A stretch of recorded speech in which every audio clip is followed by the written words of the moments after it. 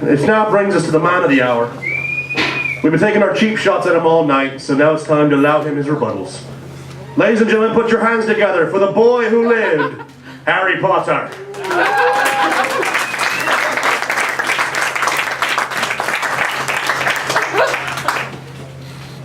Before I get started, I would like to say that give it up for J.K. Rowling for scaring my material off my lap and into the crevice over there. We've got some fucking work to do for the beginning. Good evening, Muggles. I would like to say that obviously my hair is not quite what it used to be. That's because I've been filming a new movie. That's right, Harry Potter and the Receding Hairline. Also, before we continue, I would like to thank the Pilot Light for hosting the Hogwarts reunion.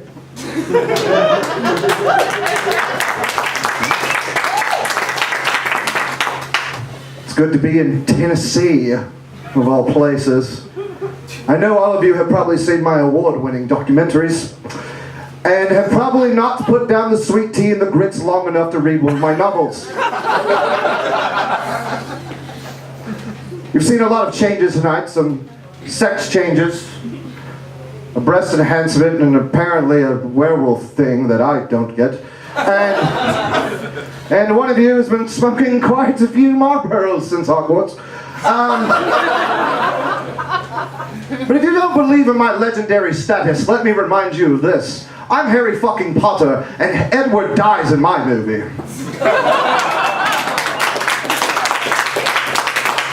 And for those of you who know, that movie is Goblet of Fire, only $9.99 at your local retailer. All proceeds go to the Harry Potter Make It Rain in the Club Fund. Hagrid, everyone's favorite alcoholic date rapist. Unfortunately, JK's vagina knocked most of my material away. So I do want to say this, though. I find it very interesting that you're the person that came to take me to Hogwarts. Yeah, because I really wanted Rick Rubin to come. I really wanted Rick Rubin that looked like he shopped at Burlington Coat Factory. I like your mask. Are you wearing it because you're afraid to breathe in talent?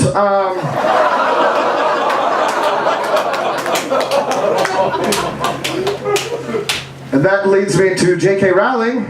Once again, thanks.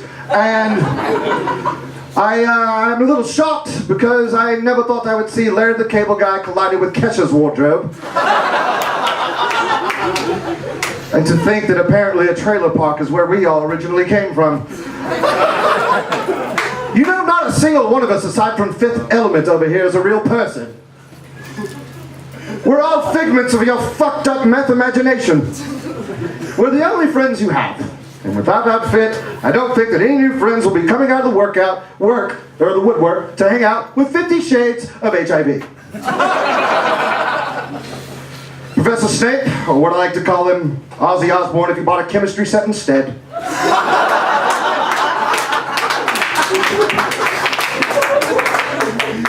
You're a villain! You're not a villain! You're a villain! You're not a villain!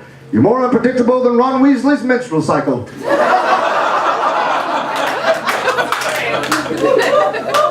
There are actually rumors around Hogwarts that you have an extremely long penis. Unfortunately, all your email ass tries to do is hang yourself with it. You can't even imagine how awkward of a potions class that was. We had to cast Penis Shurlosa just to get him down from the rafters. Speaking of potions class, I have a very interesting concoction that I think you should try. Bleach with your throat. Or maybe you should try a youth potion. Because if I wanted to see Courtney Cox slowly develop crow's feet, I'd watch Scream 4. It's good to see Gary Oldman here. That's it. Seriously, what could I possibly fucking say about Gary Oldman? You're an incredible actor, and I'm sorry you were in my movies. I don't know who this Daniel Radcliffe person is that you speak of, but I hear he's rich, which automatically makes him a good actor. Good fucking God, Luna Lovegood. Wow, she looked like Andre the Giant fucked Polly Pocket.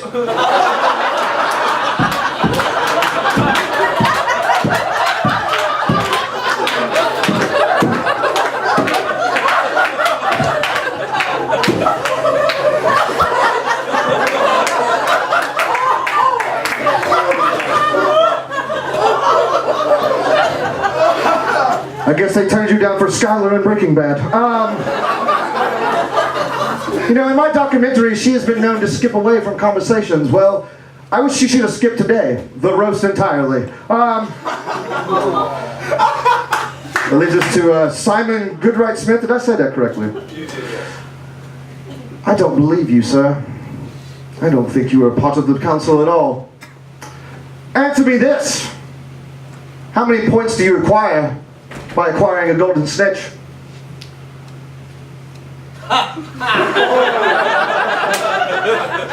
What are the 4 different types of players in a Quidditch game? You know, I lost a lot when I... What is the definition of quaffle pocketing? Can I see a card? That's not a thing, is it? Actually, quaffle pocking, and it is a thing. And the answers were 150 points, chasers, beaters, keeper, and seeker, and chasing tampers with the quaffle in any way is quaffle pocking. Oh, well... Sit down.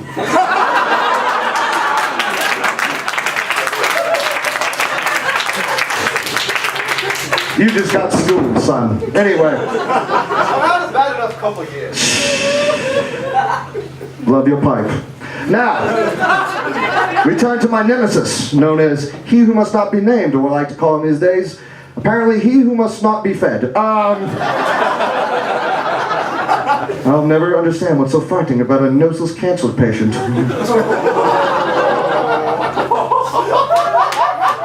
You're the leader of the Death Eaters. Ironic, because it looks like you've been eating yourself to death.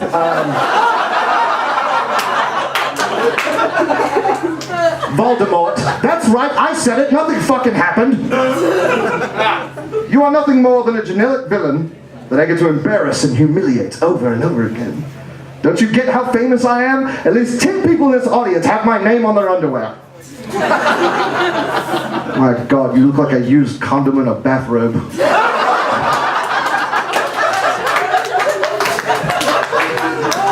Do me a favor and wear an invisibility cloak forever.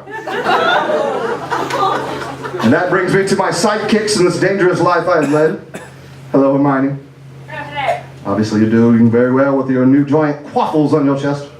I still remember your days with the Time Turner. Using it to handle your busy class schedule, and so using it to save lives. You're just as bad as Voldemort, you overachieving muggle bitch. Always trying to steal my shine with your innocent smile and your sassy wit. Your distaste at being called a mudblood caused you to motivate yourself and study hard as you possibly could prove to everyone that you could become a proficient spellcaster, regardless of your inferiority as a keeper of the vagina. And with all that perseverance and hard work, you still came to one conclusion. This is not a man's world. This is Harry fucking Potter's world. And you will stay in mediocrity forever. I'd also like to say that I am actually happy for you and Ron, but give it up for the couple. Well, at least we know you're not the gold digger. Or enjoy intelligent men. Or tall men. Or men with a full head of hair. I hope you two make plenty of second-rate sidekick children for me to hold back and use to my own advantages in my future adventures. Ron Weasley.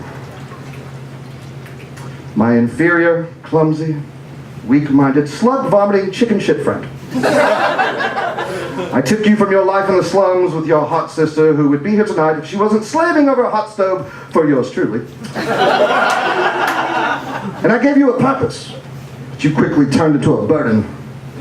Whenever you were in trouble, I got you out of it. Do you know how many times I had to cover for you by telling Dumbledore that the reason you kept stumbling into the women's restroom is because you couldn't read? And then to top it all off, you go and marry Hermione. I got muggle fever. And then you take her back to your food stamp land and...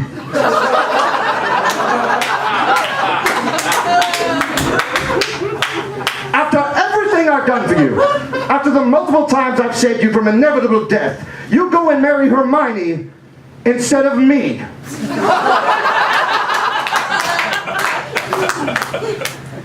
Do you understand?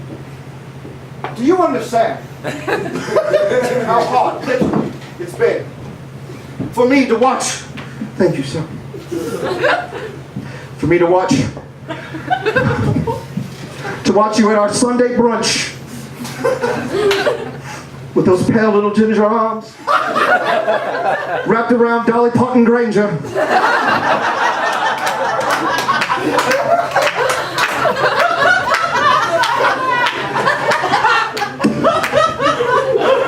And to sit through the unending agony in my soul as I see the beautiful, slender wizard whose heart I can never really capture.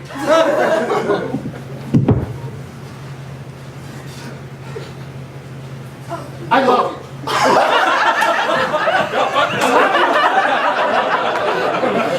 I am always mad and I want you in my life. And we can fly on our broomsticks together and then actually fly. And be everything that we ever wanted. I love you even more than all the money. Okay, maybe not all the money. I apologize. Well, ladies and gentlemen, I'm afraid that is my time. I have to go to my real job. Which, as we all know, is the law offices of Potter and Malfoy.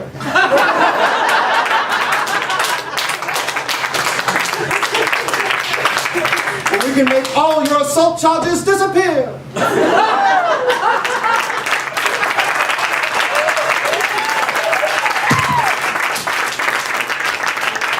Harry Potter, everybody. This concludes the roast of Harry Potter. We thank you all so much for coming out.